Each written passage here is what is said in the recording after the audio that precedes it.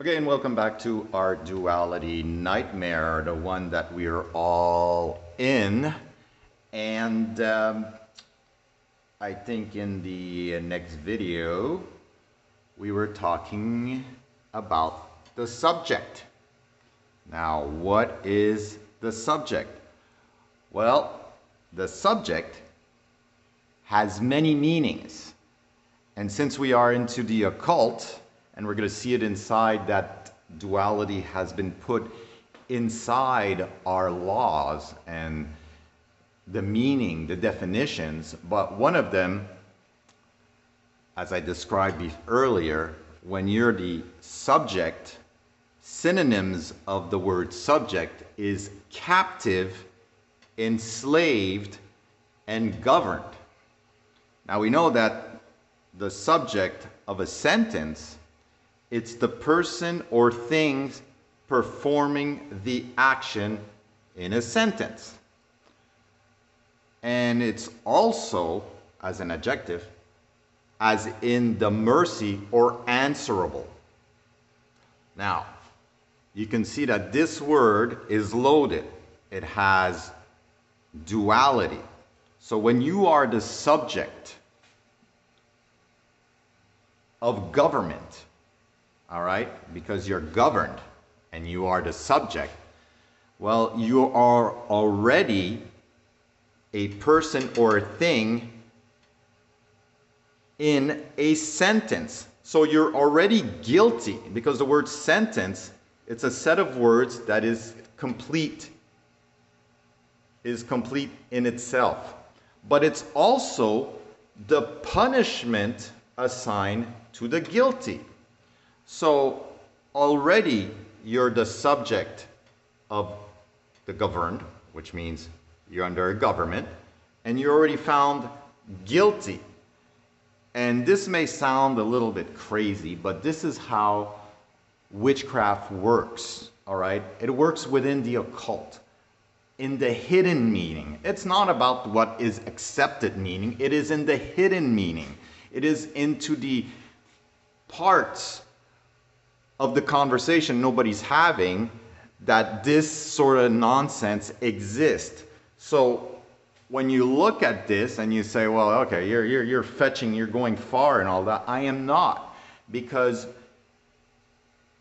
you are a subject when we talk about government, and a subject is found inside a sentence. Now, you'd say, well, what does that have to do? Well, then we go into our social insurance number. Everybody has a social insurance number. And you say, what's so big about that? Well, if you have a social insurance number, you're already guilty of sin. It's no accident that it's called a social insurance number and that its abbreviation is sin. As it's no coincidence that a sentence is assigned punishment to the guilty, and it's no coincidence that the subject is also a captive and enslaved and governed. This is how the word magic works, okay? It's in the duality of understanding the hidden meaning, and then it starts making sense. And if you go into the next video, you'll find out how this was introduced inside of law.